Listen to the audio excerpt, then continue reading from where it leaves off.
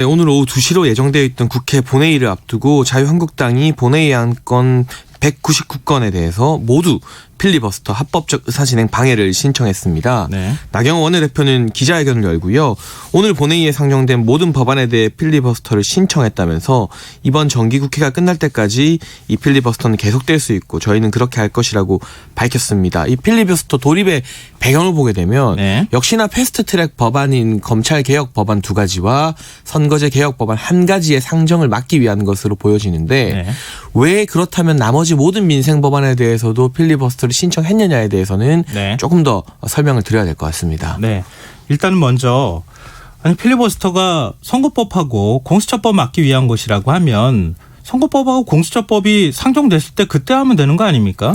그런데 한국당에서는 본인들이 원하는 필리버스터 법안은 5개라고 주장을 하고 있어요. 네. 뭐 검경수사권, 공수처, 선거제 그리고 뭐 유치원 3법과 담은 나머지 하나 법안 정도일 것 같은데 그런데 왜 나머지 것에 걸었느냐? 네. 만약 국회의 지금 의원 수에서 5분의 3 이상이 동의하게 되면요. 네. 법적으로 필리버스터를 해제할 수 있습니다. 네. 그렇게 됐을 때 이 5가지 법안에 대해서만 필리버스터를 걸었을 경우 하나의 안건 필리버스터를 해제하면 24시간 동안 그 효력이 발휘가 되고 나머지 다음 안건 필리버스터에 대해서는 24시간이 지나서 다시 해제를 할 수 있거든요. 네. 결국 물리적으로 5일이면 한국당이 필리버스터 신청한 5가지 안건에 대해서는 일일이 5분의 3이 동의를 해서 법적으로 무산을 시킬 수 있다는 거예요. 네. 근데 5일이 지나버리면 그럼 한국당으로서는 더 이상 이 법안 상정을 막을 카드가 없어지지 않겠습니까? 그래서 일단 이 199개를 다 걸어버리면 이걸 일일이 다 해제시키는 데는 199일이 걸리는 거잖아요. 네. 5분의 3이 걸려도. 그렇기 때문에 협상을 통해서 나머지 민생 법안은 합의해주면 다 통과시켜 줄 테니 이 5개에 대해서는 필리버스터 5분의 3 모이더라도 해제하지 말고 끝까지 필리버스터를 행사할 수 있게 해달라는 게 지금 한국당의 주장이고요. 그로 인해 이 제가 지금 말이 자꾸 꼬이는데요. 199개 법안에 대해서 필리버스터를 신청한 겁니다. 그럼 5분의 3을 채울 수 있기는 있습니까? 그 의결 정족수를 따지게 되면 한국당 의석수가 108석이고요. 이 변혁이 지금 변수라고 할 수 있겠는데 네. 변혁 중에서도 유승민계로 분류된 의원들은 한 8명 정도입니다. 산술적으로 했을 때 116석이 되고 나머지 4석이 조금 모자라는 상황인데 네. 지금 의석수가 공식적으로 300석이 아니고요. 이번에 또 의원직 상실당한 의원들이 있기 때문에 충분히 의석수를 모으게 된다면 5분의 3이 가능하다는 게 정치권의 판단인 것 같습니다. 한국당도 그런 부분 때문에 이 언제든지 5개만 필리버스터를 걸었을 경우 해제가 될 수 있다는 점을 염두에 두고 어떻게 보면 아무도 예상하지 못했던 모든 법안에 대한 필리버스터를 신청하게 된 것으로 해석이 됩니다. 근데 방금 전에 제가 질문 드린 것에 대한 답변이 아닐 수 있는 게 그러니까 민생 법안들이 지금 줄줄이 기다리고 있는 거 아닙니까? 아까 말씀하셨던 것처럼 199개가 있다고 하는 건데 그러면 199개 그건 먼저 처리하고 난 다음에 그다음에 필리버스터를 해도 괜찮은 상황 아니겠어요? 물론 유치원 3법이 있기는 하지만 유치원 3법은 나중에 하자. 필리버스터 한 건으로 일단 안건 지정해놓고 그리고 난 다음에 다른 법안들 상정하려고 할 때 그때 필리버스터를 해도 괜찮을 텐데 지금 국회가 전면 올스톱된 상태가 돼버린 거 아니겠어요? 대다수의 여론이 지금 왜 민생 법안까지 볼모로 삼느냐인 것 같고요. 네. 여기에 대해서 한국당 측 답변은 이를테면 민식이법 같은 경우는 필리버스터 대상이 아니었기 때문에 네. 본회의가 열리면 통과가 될 수 있다. 나머지 민생 법안도 필리버스터 신청은 했지만 만약 이 원하는 5개 법안에 대해서 5분의 3을 모아서 필리버스터를 해제시키지 않겠다는 약속만 해주겠다면 네. 나머지 민생 법안은 필리버스터를 적용하지 않겠다고 주장을 하고 있어요. 결국에는 여야 사이에 신뢰가 부족했던 것이 이런 원인이 되지 않았나 싶은데 네. 한국당 입장에서는 민생 법안에 대해서 신청하지 않고 뭐 이를테면 패스트트랙에 대해서만 필리버스터를 신청했을 때 이 의원수 5분의 3이 모여서 이게 속절없이 해제될 수 있다는 그런 가능성 때문에 이 199개에 대해서 한 번에 걸었던 것 같은데 민주당이나 또 다른 야당 입장에서는 아니 아무리 그렇더라도 설마 제1야당이 필리버스터 신청했는데 그걸 의석수 모아서 해제하겠느냐. 왜 이런 무리수를 뒀는지 도저히 이해할 수가 없다. 또 이런 입장으로 대치하고 있어서요.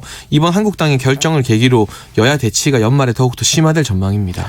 그러니까 또 역으로 한번 좀 생각해 보죠. 자유한국당이 지금 민생 법안은 그냥 통과시키겠다. 필리버스터로 지정을 했다 하더라도 그리고 쟁점 법안과 관련되어 있는 부분에서 그때만 필리버스터를 하겠다. 이런 식의 태도를 보였는데 그러면 나머지 당은 왜 오늘 국회 본회의에 불참을 해서 의결 정족수 미달로 지금 본회의가 무산되게 만들었느냐.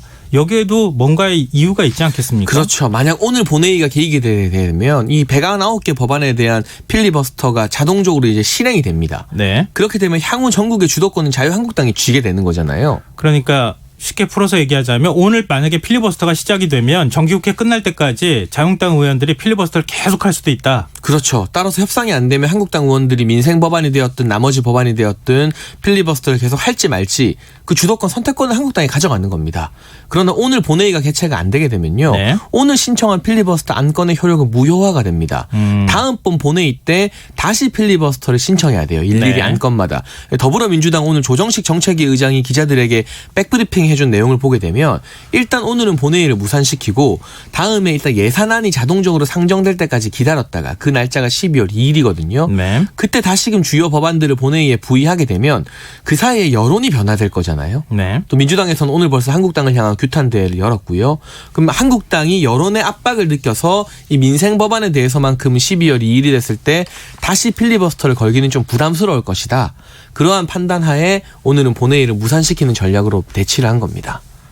그렇다 하더라도 자유한국당 입장에서는 여론의 욕풍을 생각하지 않을 수 없는 상황이 된 거 아닙니까? 그러니까 저는 개인적으로 전망하건대 12월 2일 이전에 다른 전략이 나올 것 같아요. 물론 한국당 입장에서는 우리가 민식이법도 필리버스터 적용하지 않았고 나머지 민생 법안도 다 통과시켜줄 예정이라고 말했지만 국민들이 봤을 때 민생 법안을 사실상 볼모로 잡은 거나 다름이 없잖아요. 네. 이 부분에 대해서 아무리 설명을 한다 한들 명쾌하게 좀 이해가 안 되는 측면이 있고 역으로 한국당이 더불어민주당을 너무 못 믿은 것은 아닌가.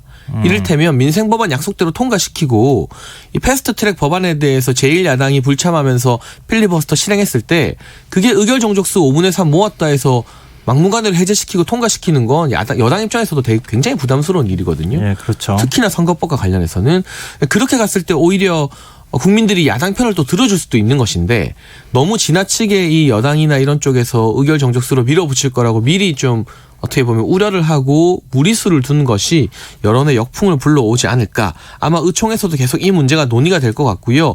12월 2일 이전에 나머지 법안에 대해서 전체 필리버스터를 유지하는 것이 과연 득이 될 것인가 아니면 민생 법안은 통과시키는 것이 나을 것인가에 대해서 의원들마다 격론이 있고 전략 수정이 있을 가능성도 있습니다. 오늘 언론 보도에 따르면은 여당이 허를 찔렸다. 뭐 이런 표현도 지금 나오는데요. 민주당은 사실 좀 어찌 보면은 다급해진 상황이 될 수도 있을 것 같거든요. 오늘 의원총회 열었는데 의원들의 말들은 어떻게 나왔습니까? 일단 대부분 격앙된 반응이 많은 것 같아요. 네. 이해찬 대표 같은 경우는 정치 30년 했는데 이런 광경은 처음 본다 했고 과거에 테러 방지법 때도 민주당이 야당일 때 필리버스터 하긴 했습니다만 나머지 법안에 다 걸진 않았거든요. 그 쟁점 법안에 대해서만 필리버스터를 걸어왔던 게 우리의 관행인데 물론 한국당은 의석수 차이가 있다는 주장을 하겠죠. 이 부분에 대해서 왜 허를 찔렀다는 표현이 나오느냐. 일단 절차적으로는 한국당이 계속 모든 안건마다 본회의 열 때마다 필리버스터 신청하면 막을 수 있는 방법이 잘 없어요. 네. 뭐 일일이 취소를 한다 해도 안건이 워낙 많기 때문에 그래서 이 절차상 허를 찔린 것이 아니냐. 만에 하나 한국당이 여론이 아무리 반대하건 말건 끝까지 필리버스터를 고수하면 12월 본회의에서 패스트트랙 법안을 처리하는 건 사실상 좀 어려워지는 측면이 있습니다.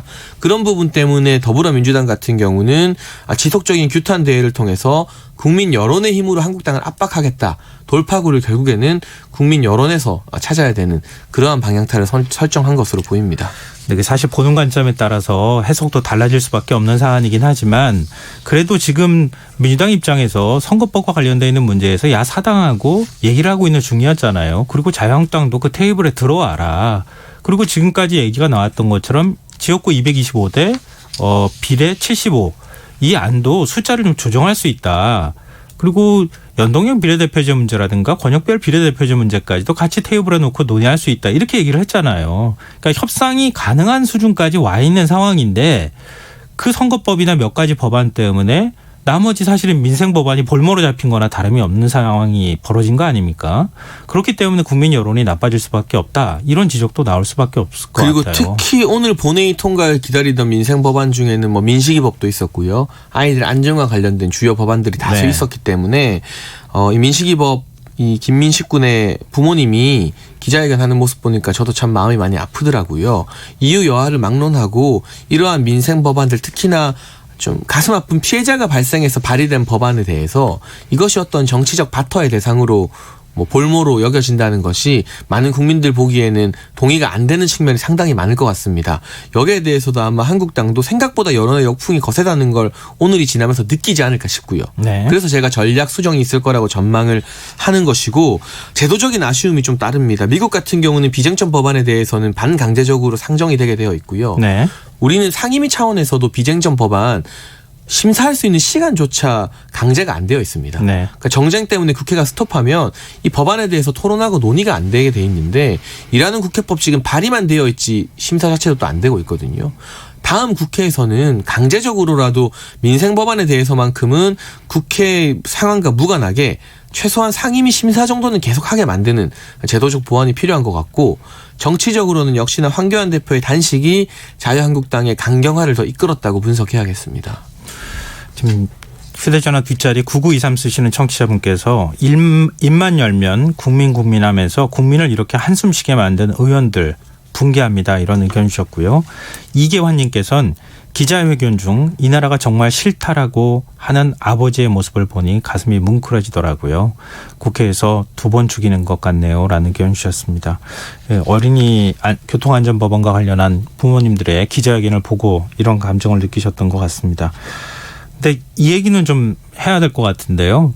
그러니까 황교안 대표 단식이 끝난 다음에 그다음에 동조 단식이 또 들어가는 이런 상황이 있었고 네. 그리고 지금 필리버스터까지 왔잖아요. 그렇죠. 자유한국당의 어떤 태도라고 해야 될까요? 정치적 대응 방식이 점점점 뭐랄까요? 과격화돼 가고 있다고 해야 되나요?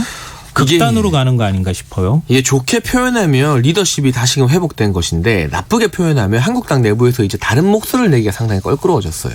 단식 이전에는 김세현 의원이나 뭐 김용태 의원이나 쇄신해야 된다, 우리가 중도를 공략해야 된다 이런 말 많이 했잖아요. 네. 또 황교안 대표가 단식하고 쓰러지고 나머지 의원들 동조 단식하게 되면서 뭔가 이 강경투쟁 기조에서 딴 목소리를 내는 게 상당히 부담스러워진 그런 측면이 분명히 있는 것 같고요.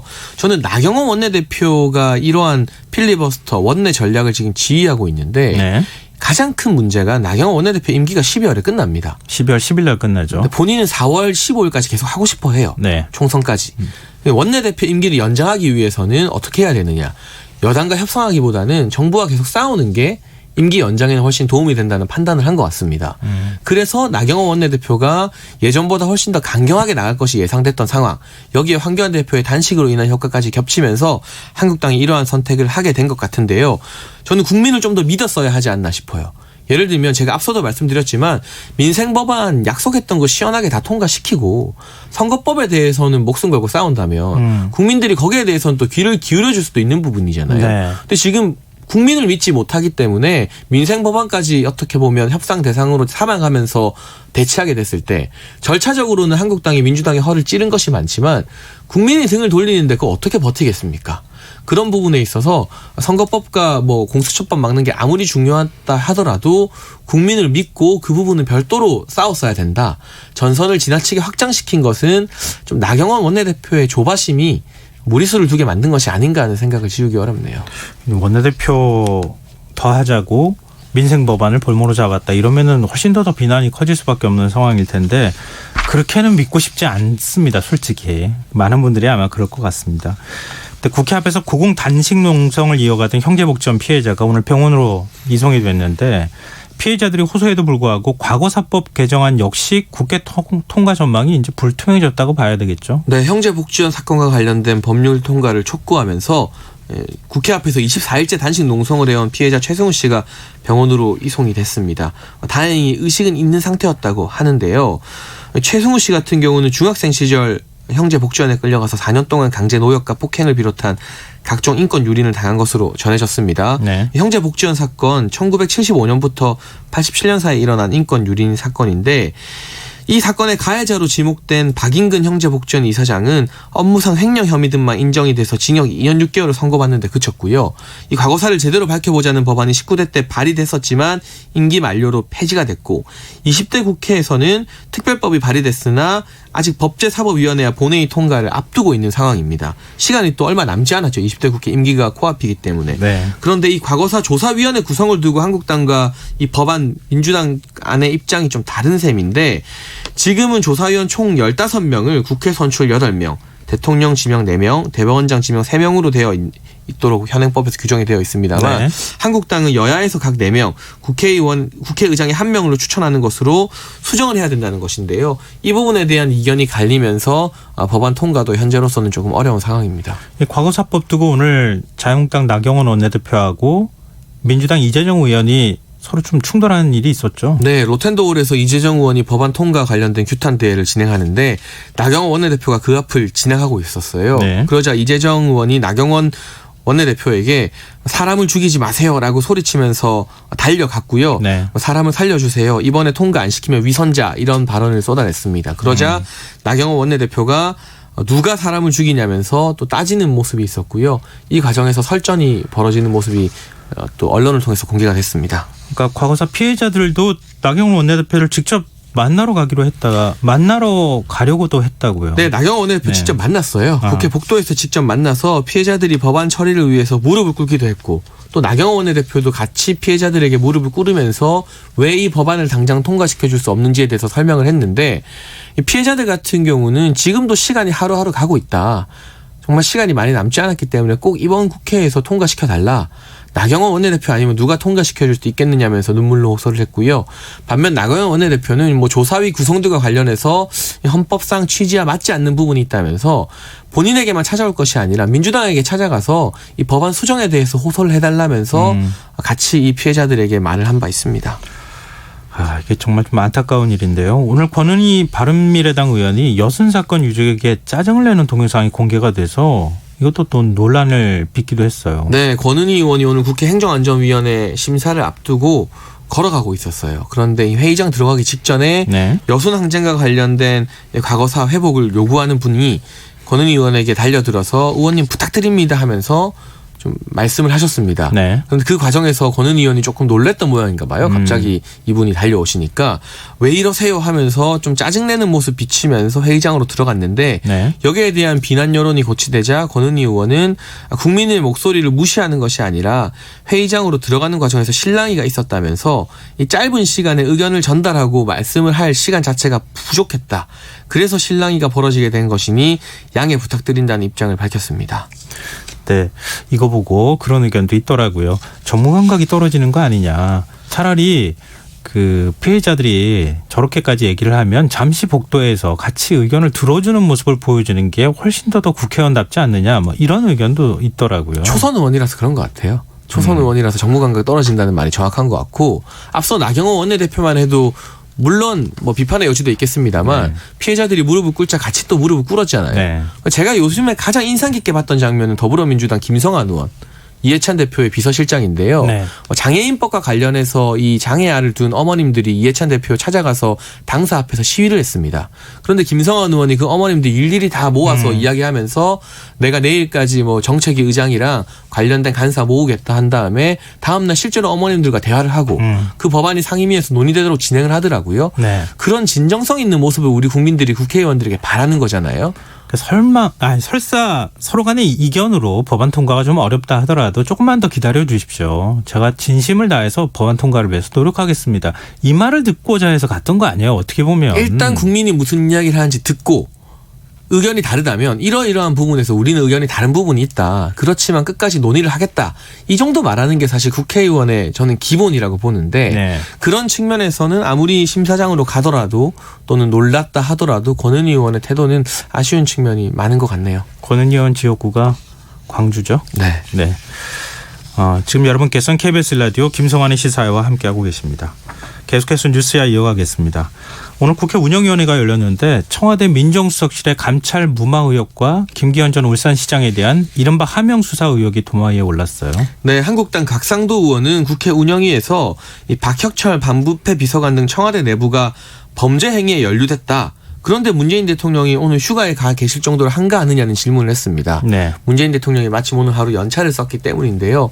노영민 대통령 비서실장은 지금 청와대가 범죄에 연루됐다고 단정할 수는 없다면서 박영철 반부패 비서관이 검찰에 어떤 이야기를 했는지 본인은 알지 못하고 있고 유재수 전 부산시 부시장 감찰 무마 의혹과 김기현 전 울산시장에 대한 어떤 첩보 이첩은 법적으로 아무런 하자가 없다는 입장을 밝혔습니다. 근데 노영민 비서실장은 김기현 전 시장의 수사 상황을 청와대가 보고받았다는 의혹에 대해서도 비교적 지난번 그 김태우 수사관 문제 때 청와대가 보였던 태도보다는 훨씬 더 관련된 내용을 좀 상세하게 설명은 하더라고요. 네, 사실 지금 언론 보도를 보게 되면 네. 이 김기현 전 울산시장 수사와 관련해서 청와대가 9번 보고를 받았다는 이야기가 나왔어요. 네. 이게 박형철 비서관이 검찰에 진술한 내용이라면서 언론 보도가 나오고 있는 셈인데 또 경찰도 이렇게 인정을 했죠, 사실. 네, 그런데 노영민 비서실장은 압수수색 전에 이첩된 것에 대해서 자료를 수집 중이라고 한 번 보고를 받았고 또 압수수색에 대해서는 20분 전에 보고를 받은 것이 전부라고 말을 했습니다. 네. 지금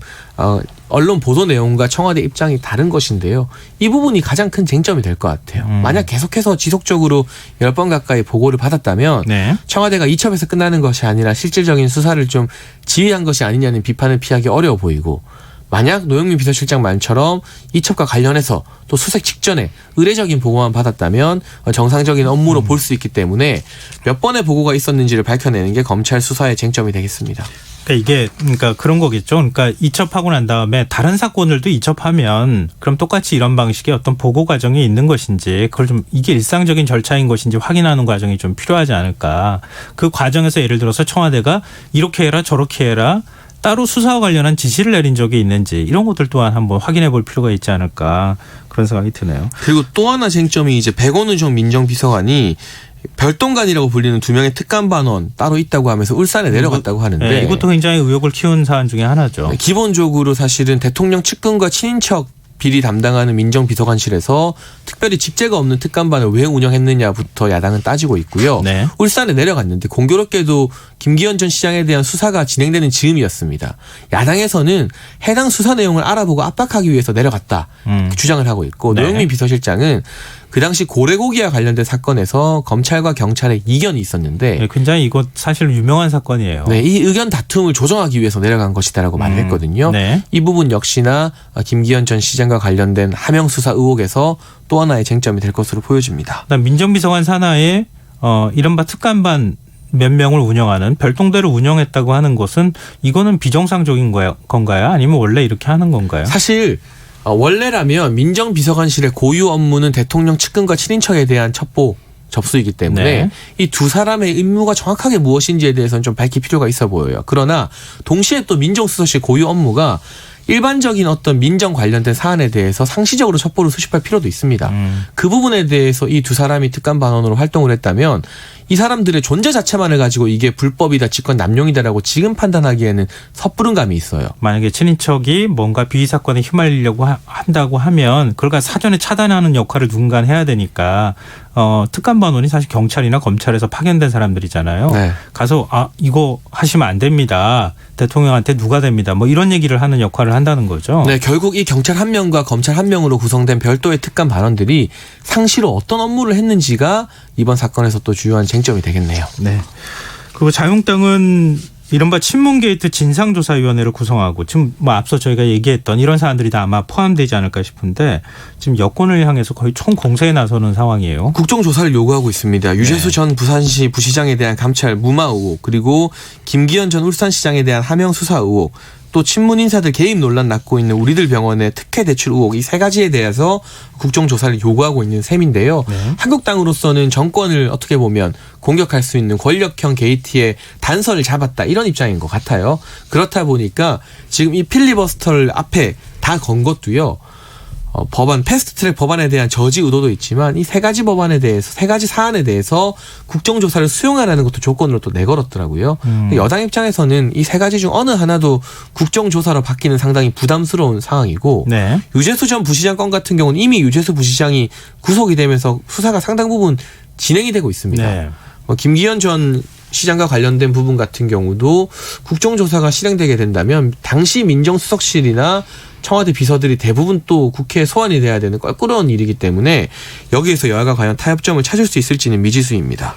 근데 지금 이제 그 여권에서 바라볼 때는 이렇게 지금 검찰이 공수처나 검찰개혁 관련 법안들이 패스트 트랙에 타 있는 게 국회 본회의에 부의되고 이제 상정이 될 수밖에 없는 상황일 텐데 그 시점을 앞두고 공교롭게도 청와대 민정수석실을 향해서 수사의 압박을 그 칼날을 겨누는 것 이런 것은 공수처법 처리를 막으려고 하는 것 아니냐 이런 의심을 하는 것 같아요. 이해찬 더불어민주당 대표는 검찰이 선택적인 수사를 하고 있다면서요.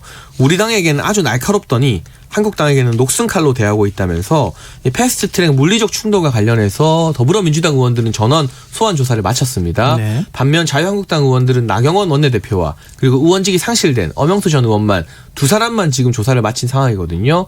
이런 검찰의 수사가 유독 한국당을 향해서만 물은 것은 아니냐는 비판을 했는데 이 외에도 말씀하신 것처럼 뭐 하명수사 의혹이라던가 이런 것들의 수사 시기가 왜 1년이 지나서야 지금에야 이뤄지냐는 논란이 있어요. 네. 여기에 대해서 검찰은 그동안 참고인 조사 등을 통해서 어떤 관련 자료를 확보하는데 시간이 걸렸다. 의도적으로 시기를 조율한 것은 아니다라고 말을 하고 있지만 만약 당시의 민정수석실에서 여러 가지 문제점들이 수사 결과 밝혀지게 된다면 이 민정수석실에서 주도적으로 추진했던 검찰개혁 법안도 힘을 잃게 될 가능성이 있습니다. 자유한국당은 지금 정반대 입장을 갖고 있는 거죠? 한국당은 만약 공수처가 있었다면 이런 식의 수사가 가능했겠느냐.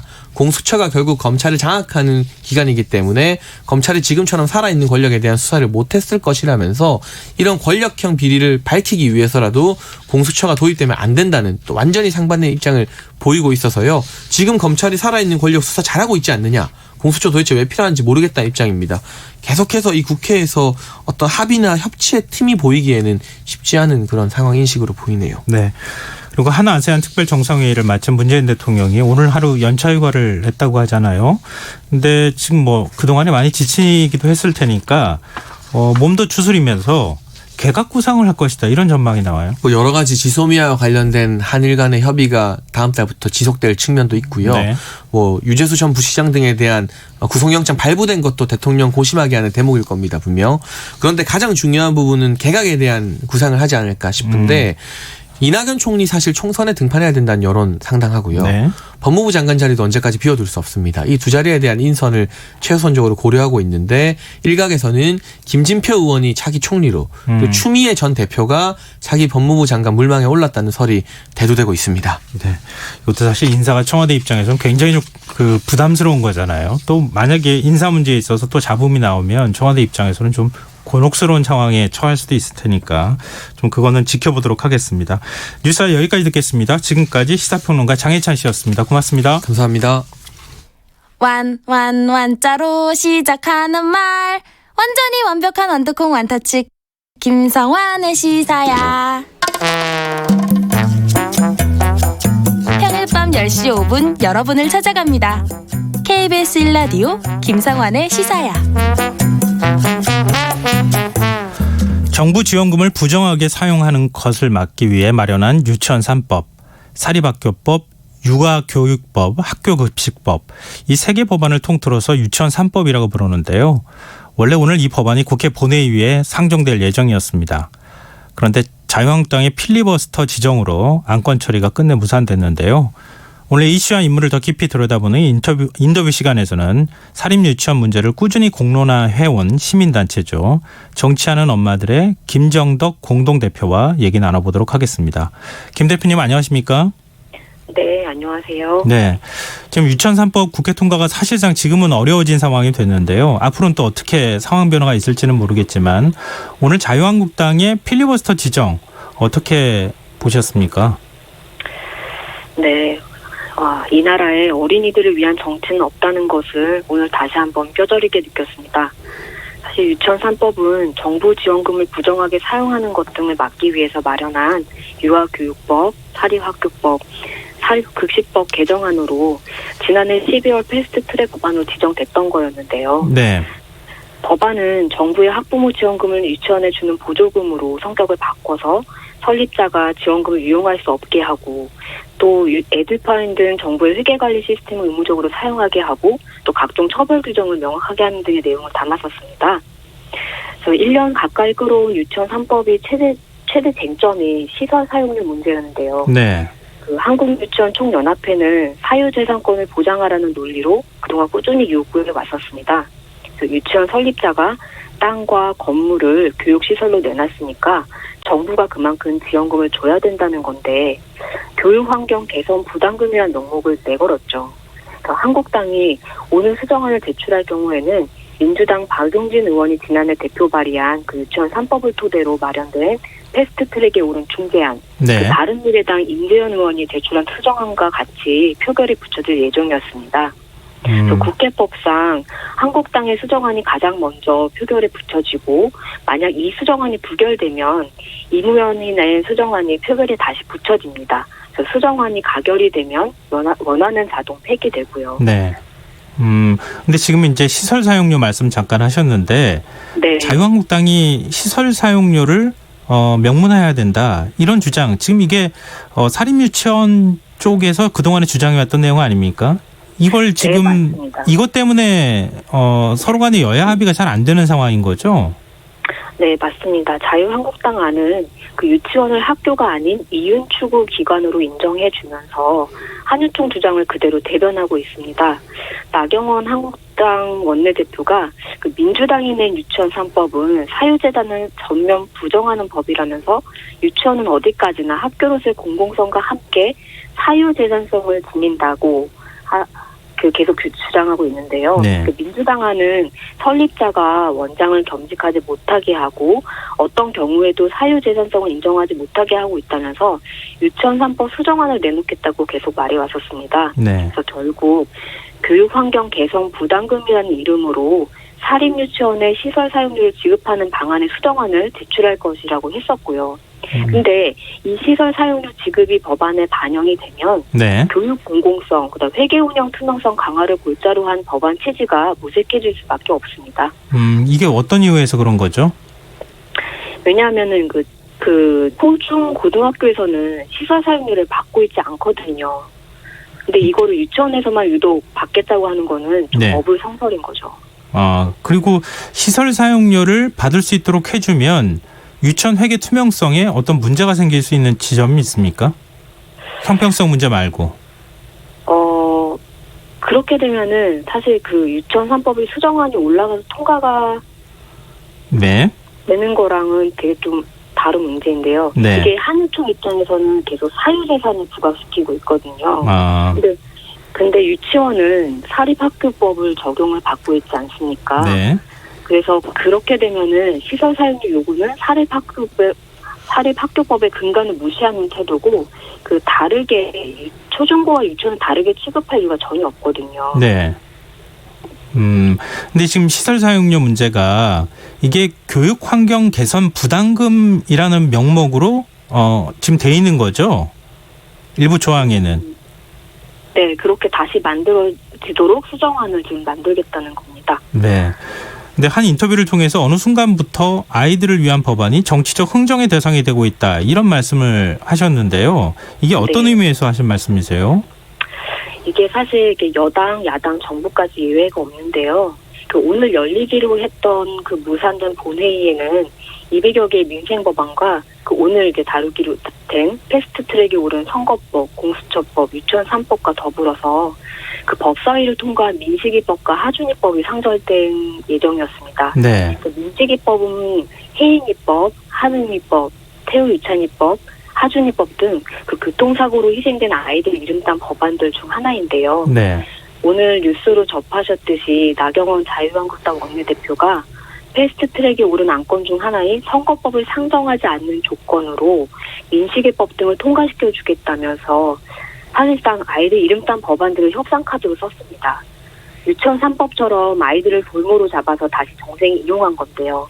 그 국회 현장에 있었던 양자 당사자로서 굉장히 참담한 하루였습니다. 그 현장에 그 나경원 원내대표가 기자회견하는 그 현장에 같이 발언을 들었던 희생된 아이들 엄마 아빠 심정은 정말 헤아릴 수가 없겠죠.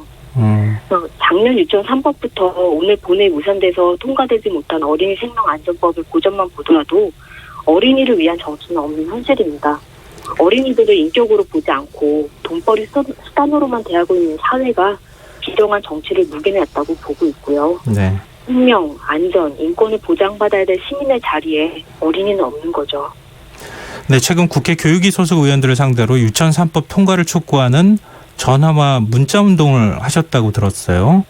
네, 맞습니다. 그 유치원 3법이 패스트트랙까지 올랐지만 사실 1년 걸리는 그 슬로우 트랙이라도 해도 무색할 만큼 굉장히 오래 걸렸는데요. 근데 그 원안 그대로 본회의 통과를 기다리는 유권자로서 그냥 보고 있을 수는 없어서 의원들에게 의사 전달할 수 있는 방법 중 하나로 행동하고 있습니다. 근데 그때 그 문자하고 뭐 전화를 했을 때 그때 의원들의 반응은 어땠습니까? 의원들이 이제 부담을 느끼고 있는 걸 저희 이제 전화 통화해 보시거나 문자 하시는 분들이 느끼신 건데요. 정동영 의원 같은 경우에는 미안하다, 송구하다, 최선을 다하겠다 회신해주기도 하셨고, 인천 서구갑 이학재 의원 같은 경우에는 오늘 이제 문자 답변을 주셨는데 네. 국회의 열자고 해도 더불어민주당이 반대하고 있다고 답을 보내기도 하고요. 사실 이 답장 받았던 분은 정치에 대해서 그동안 잘 모르고 순진한 국민인 게 죄인 것 같다. 일반인 입장에서는 국민을 속인 정치를 국가 상대로 손해배상 소송을 걸고 싶은 심정이라고 굉장히 이제 엄마 아빠로서는 굉장히 답답한 그런 마음을 좀 표출하기도 하셨습니다. 의원들 반응 보시면서 사실 그런 얘기들도 학부모들 사이에서 오고 가지 않았을까 싶은데 그동안의 법안 심사는 좀 성의 있게 제대로 하긴 한 겁니까? 국회에서? 그렇지 않죠. 사실 해인이법만 하더라도 어린이집 차량을 타려던 중에 주차돼 있던 앞에 주차했던 차가 굴러 내려와서 아이가 사망을 한 경우인데요.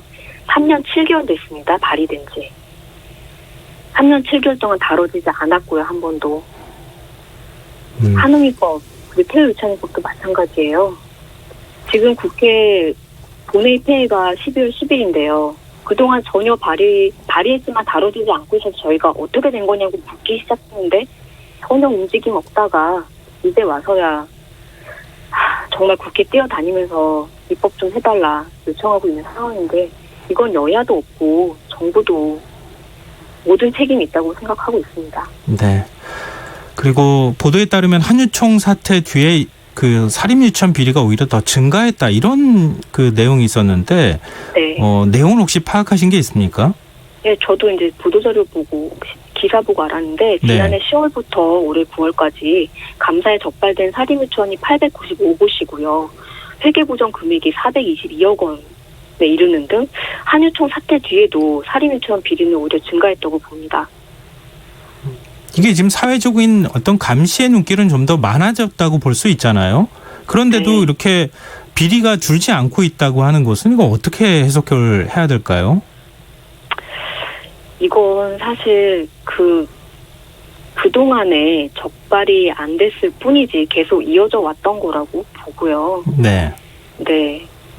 이런 문제가 있기 때문에 유치원 3법을 빨리 통과시켜서 좀 제대로 감시의 눈이 작동하기를 바라고 있을 뿐입니다. 근데 지금 그걸 막겠다고 법안을 패스트 트랙까지 올린 상황인데 또 합의가 안 돼서 결국은 무산이 되는 이런 상황인데 지금 혹시 국회의원들하고 서로 의사소통 하시는 분이 있으세요? 국회의원들과 저희가 국회 활동을 어떻게 하고 있냐면요. 이 엄마 아빠들이 직접 다니고 있습니다. 국회에. 의원들 설득하고요. 네. 직접 만나서 저희가 이제 통과 촉구라던가 이런 동의서도 작성해서 돌리고 답안도 받아보고 좀 여러 활동을 하고 있어요. 그러니까 국회의원들을 전화로 하는 것도 굉장히 또 한계가 있었고 직접 대면하고 싶기도 하고요. 또 대표 발의한 의원들 있지 않습니까? 네. 네, 직접 만나서 어떻게 되고 있는지 상황 파악하고 그렇게 하고 있죠. 마지막으로 유치원 3법과 관련해서 꼭 하시고 싶은 말씀이 있으시다면요. 유아교육 공공성을 강화하는 기본 장치입니다. 유치원 3법은. 그리고 또 세상에서 가장 안전해야 될 곳에서 더 이상 아이들이 희생되지 않도록 최소한의 기준 마련을 위해서 어린이 생명안전법까지 만들었는데 사실 법안들 만든 건 국회의원들이었을지라도 제대로 논의되도록 테이블에 앉히고 그 의지를 불어넣은 건 사실 여당도 야당도 전부 다 아니었습니다. 그동안 철저하게 무관심 속에 방치되어 있던 아이들 법안들 엄마 아빠들이 애써서 여기까지 온 겁니다. 아이들의 삶과 생명이 안전하게 바라는 건 욕심이 아니잖아요. 국회와 정부의 존재 이유이기도 하고요.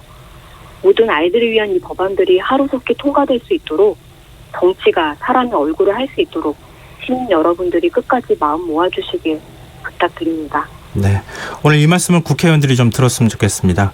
네. 오늘 말씀 고맙습니다. 고맙습니다. 네, 지금까지 정치하는 엄마들의 김정덕 공동대표와 함께했습니다.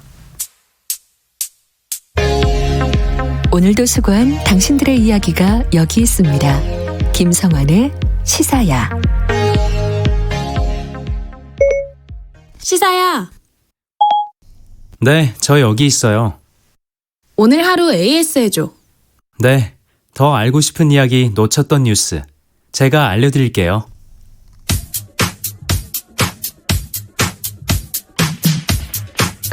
시사야 애프터 서비스를 시작합니다. 어린이 교통안전 법안들, 이른바 민식이법, 해인이법 등이 국회에 계류된 상태입니다. 오늘 김경래의 최강시사에서 김민식 군의 아버지 김태양 씨와 이혜인 양의 아버지 이은철 씨를 직접 초대해 심정을 들어봤습니다. 해당 내용입니다. 정당들이나 네. 의원들은 이게 관심 있고 중요하다고 항상 얘기하잖아요. 네네. 뭐 발의한 의원도 마찬가지고 네. 그 정당에서 뭐 대변인이 얘기하거나 이럴 때는 이게 굉장히 중요한 거 항상 얘기하는데 이게 잘 이해가 안 되네요. 관심이 있다고 얘기하면서 실제로는 관심이 없다 이런 뜻인가요? 어떻게 보세요, 아버님께서는? 이제 저희는 정치인이 아니기 때문에 잘 확실히 몰라요. 일반 예. 시민이기 때문에. 근데 저희도 이렇게 법안을 발의하고 계속 움직이다 보니까 네. 분명히 쟁점 법안은 아니고 분명히 국회의원분들도 필요하다고 얘기는 하시지만 네. 또 그 안에서의 또 다른 쟁점이 있는 것 같아요. 뭐 무관심이 할 수도 있겠는데 그래도 현재로서는 저희들 아이들 법안이 굉장히 수면 위로 떠올랐잖아요. 네. 그래서 모든 국민들의 관심사가 됐기 때문에 이제서야 조금 더 관심 갖고 움직여 주시는 게 아닐까 하는 그런 조심스러운 추측을 좀 해봅니다. 지금 상황이 여러 가지 이제 여론이 필요한 상황 아니겠습니까, 그죠? 네. 민식이 아버님부터 한 말씀 좀 해주시죠. 이 방송을 들으시는 뭐 국민 여러분들께 네. 한 말씀 드리고자 한다면 네. 저희들 안전 법안이 여태까지 수면 밑으로 가라앉아 있다가 네. 최근에 이제 수면 위로 올라와서 이제 국민과 국회의원분들과 뭐 대통령님께 관심을 받기 시작했습니다. 네. 근데 이게 일시적인 관심이 아니라 지속적으로 좀 관심을 가져주셔서 생명 법안이 통과되는데 힘을 보태주셨으면 좋겠고요. 네. 설령 이 법안들이 통과된다 해도 많은 시민들의 의식 개선과 또 다른 여러 가지 사각지대를 시민들이 더 보완해 나갈 수 있는 그런 사회가 됐으면 좋겠습니다. 부탁드리겠습니다. 네. 혜인이 아버님도 한 말씀 좀 해주시죠. 사실 지금 이 어린이 생명 안전법에 관련된 저희가 이렇게 목소리를 내고 있는 이유 자체가 네. 이 법안이 통과된다고 해서 저희 아이들한테 해당되는 법들이 아니거든요. 그렇죠. 저희한테 남아있는 아이들 그리고 대한민국에서 자녀를 키우시는 이 부모님들 지금 키우고 계신 분들도 계실 거고 앞으로 계속 키워나가야 할 분들도 계실 거고 이분들한테 조금이라도 우리 아이들이 안전하게 자랄 수 있는 이런 최소한의 안전장치를 만들자고 하는 거라서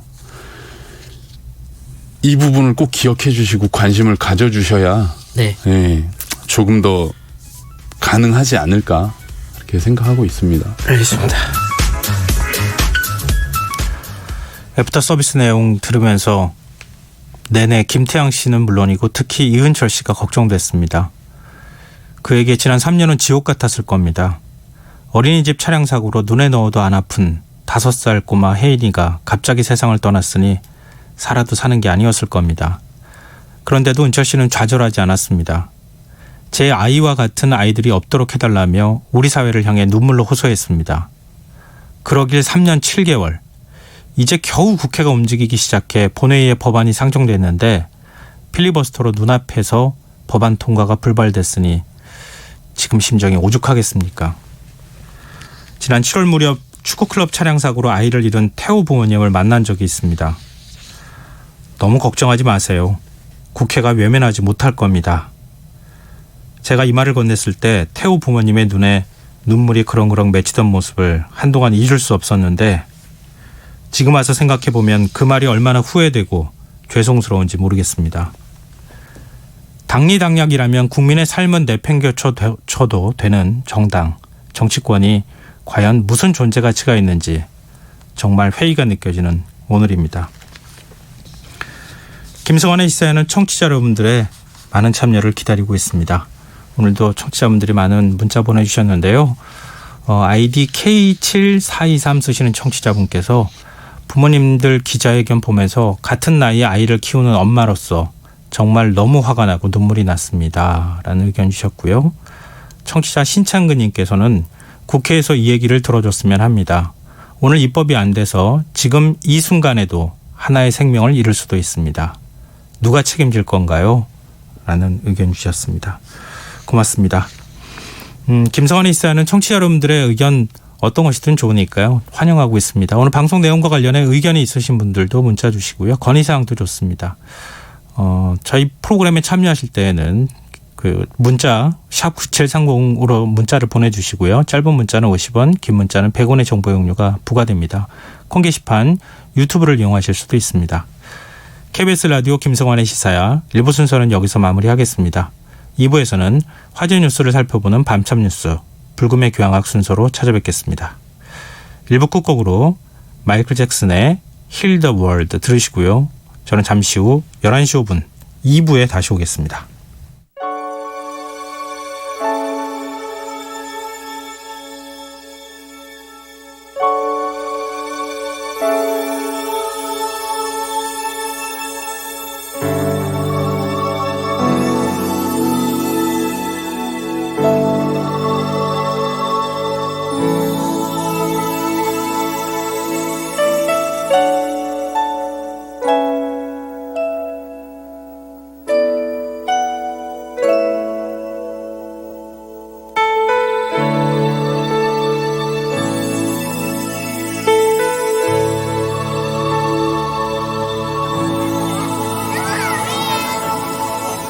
Think about the generations and to say we want to make it a better place for our children and our children's children so that they know it's a better world for them and think if they can make it a better place.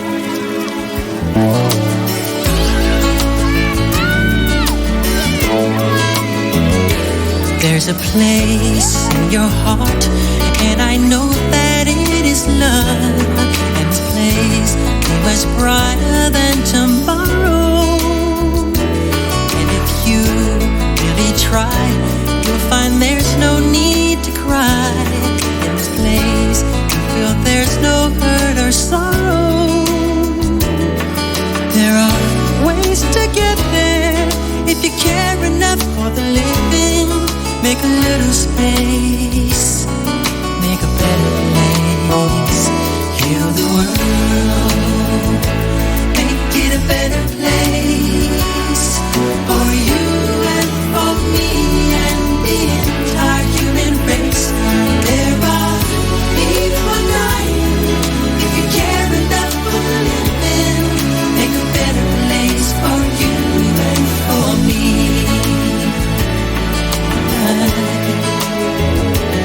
If you want to know why, there's a love that cannot lie. Love is strong, it only cares for joyful giving. If we try, we shall see. In this bliss we cannot feel. There are dreams, we stop existing and start living. Then it feels that always love's enough for us growing. Make a better world. Make a better world. 사장님 죄송한데 더 이상 추가 대출은 힘들 것 같네요. 사업 실패 이력으로 신용도가 낮으셔서. 이번 사업은 정말 성공할 수 있는데 이젠 포기해야 하나? 포기하지 마세요, 사장님. 사업에 실패했어도 신용이 낮아도 자금이 부족해도 중소벤처기업진흥공단 재창업 자금 지원 받으시면 당신의 사업 재도약할 수 있습니다. 관련 문의는 국번 없이 1357번. 전국 31개 지역본부에서 언제 어디서나 상담 가능합니다. 이 캠페인은 중소벤처기업부 중소벤처기업진흥공단이 함께합니다.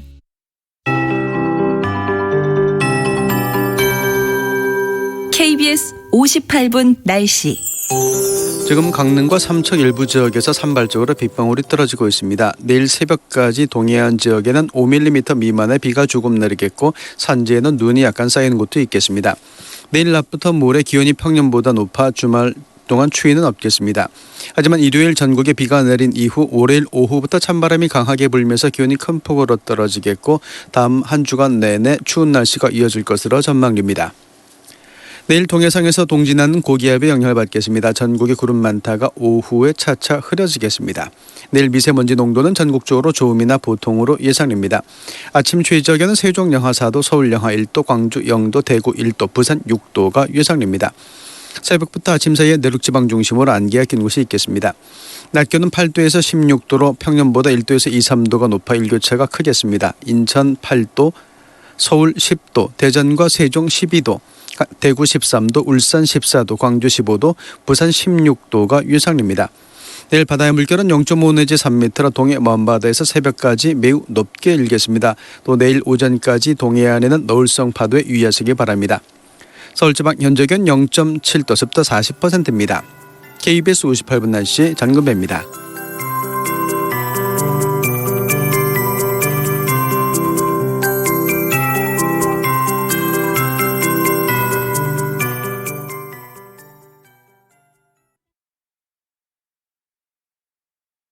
정성을 다하는 국민의 방송 KBS가 11시를 알려드립니다. AM 711kHz, FM 97.3MHz, KBS 1라디오입니다.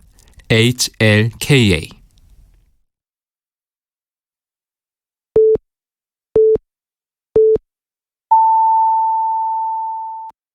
KBS 1라디오 11시 뉴스입니다. 자유한국당이 오늘 국회 본회의에 상정된 모든 안건에 대해서 필리버스터를 실시하기로 결정했습니다.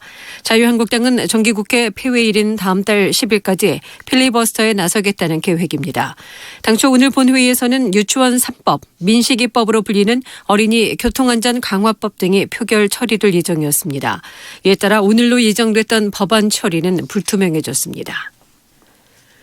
자유한국당의 필리버스터 신청을 둘러싼 여야 간의 대치로 오늘 오후 예정돼 있던 국회 본회의가 사실상 무산되면서 여야 교섭단체 3당 원내대표와 문희상 국회의장은 한국당의 필리버스터 신청 이후 만나 의사일정 합의를 시도했지만 협상은 결렬됐습니다. 한민숙 국회 대변인은 문 의장이 의결 정족수가 되면 본회의를 개의하고 사회를 보겠다는 입장을 밝혔다고 전했습니다. 문재인 대통령이 다음 달 5일 청와대에서 왕이 중국 외교 담당 국무위원 겸 외교부장을 접견한다고 청와대가 밝혔습니다. 다음 달 말 중국에서 열리는 한중일 정상회의를 앞두고 양국 간의 외교 현안이 논의될 것으로 보입니다. 한중일 정상회의에는 중국에서 리커창 총리가 참석할 것으로 전해졌지만 이와 별도로 문 대통령이 중국 방문을 계기로 시 주석을 만날 수도 있다는 분석이 나옵니다. 한국은행이 올해 경제성장률 전망치를 2.0%로 또다시 하향 조정하고 연 1.25%인 기준금리는 동결했습니다. 이주열 한국은행 총재는 오늘 오전 금융통화위원회를 마친 뒤 기자간담회에서 올해 실질 국내 총생산 증가율 전망치를 2.0%로 0.2%포인트 낮춘다고 밝혔습니다. 성장률 전망치 하향 조정에 대해서 이주열 총재는 당초 예상보다 수출과 투자 회복이 지연되고 소비 증가세도 둔화된 점을 반영한 것이라고 설명했습니다. 중국 군용기 한 대가 오늘 한국 방공식별구역 카디즈에 진입해 공군이 대응에 나섰습니다. 합동참모본부는 중국 군용기 한 대가 오늘 이어도와 동해상공을 비행하며 카디즈에 3차례 진입했지만 우리 영공은 침범하지 않았다고 밝혔습니다. 합참은 중국 군용기가 카디즈에 진입하기 전부터 공군 전투기를 투입해 우발적인 상황에 대비한 정상적인 전술 조치를 실시했다고 밝혔습니다. 오늘 저녁 인천공항에서 출발할 예정이었던 아시아나 여객기 2대 출발이 지연됐습니다. 아시아나 항공은 오늘 오후 7시 20분 승객 280여 명을 태우고 필리핀 마닐라로 떠날 예정이었던 A330 여객기가 푸시백 과정에서 견인차 부품이 부러지는 사고가 일어나 안전점검을 다시 벌이는 과정에서 출발이 2시간 지연됐습니다. 또 비슷한 시각 승객 460명을 태우고 시드니로 향할 예정이었던 아시아나 A380 여객기 한 대도 점검에서 랜딩 기어 이상이 발견돼 다른 항공기로 교체되면서 출발 시각이 1시간 30분 지연됐습니다. 유재수 전 부산 부시장이 금융위원회 재직 시 금품 수수 등의 혐의로 구속된 가운데 검찰이 당시 금융위 부위원장이었던 김용범 기획재정부 제1차관을 조사했습니다. 검찰은 김 차관이 청와대 특감반으로부터 유 전 부시장의 비위 사실을 통보받고도 징계 조치를 하지 않은 이유를 집중 조사한 것으로 전해졌습니다. 검찰은 또 유 전 부시장이 금융위에 있을 때 친분이 있던 청와대 인사에 부정한 인사청탁을 들어줬다는 의혹도 확인 중입니다. 형사사건 공개심의위원회 등의 내용을 담은 법무부의 형사사건 공개 금지 등에 관한 규정이 다음 달 1일부터 시행됩니다. 이에 따라 앞으로는 각 검찰청마다 배정된 전문 공보관이 형사사건 공개 관련 업무를 전담하고 또 주요 사안에 대해서는 형사사건 공개심의위원회 절차를 거쳐서 공개 여부를 결정하게 됩니다. 첫 제정 이후 논란이 됐던 오보기자 검찰청 출입 제한 규정은 최종 규정에서 삭제됐습니다. 한국마사회가 부산 경남 경마기수협회 소속 기수가 숨진 채 발견된 사건과 관련해서 내부 감사에 들어갔습니다. 오늘 밤은 전국에 구름이 많이 낀 가운데 강원 영동과 경북 동해안에는 내일 새벽까지 비나 눈이 오겠고 내일 그 밖에 전국은 점차 흐려지겠습니다. 일요일인 모레는 오후부터 전국에 비가 내리겠고 서울과 경기 북부, 강원 영서 북부 지역은 아침에도 한때 비 오는 곳 있겠습니다. 내일 아침 기온은 서울이 영하 1도 등 전국이 영하 4도에서 영상 6도로 오늘과 비슷하거나 조금 높겠습니다. 아나운서 김성훈이었습니다. 일라디오 11시 뉴스를 마칩니다. 11시 5분입니다. KBS.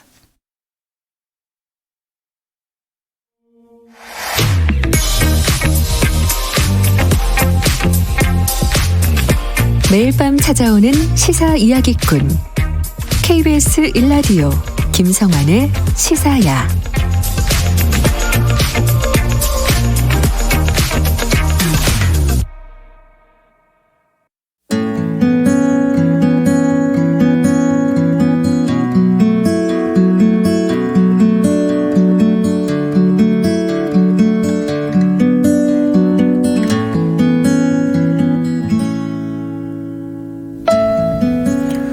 요즘 같으면 어림없겠지만 우리 소시적엔 눈싸움, 닭싸움 말고도 꽃 이파리 하나씩 떼어가며 미움 한 점 없이 희한한 싸움을 하곤 했지. 연두를 공중에 띄우고 누가 더 멀리 날려보내나 연싸움을 벌인 적도 있지. 웃기는 일이야 툭하면 생겨도 웃을 일은 별로 없던 그때. 이긴 사람은 그대로 남고 진 사람을 먼 데로 보내주는 이상한 싸움이었지. 그건 제대로 붙기도 전에 승패가 결정난 요즘 같은 때는 꿈도 못 꿀 일. 엄마 뱃속에서부터 승자가 된 그런 애들은 모르겠지만 우리는 또 연을 날리며 바람 거셀수록 팽팽해지는 눈밖의 나라를 짜릿한 손맛으로 느껴가며 빛나는 패자의 길을 걸어가고 있지. 턱도 없는 말이겠지만 지금 같은 세상에도.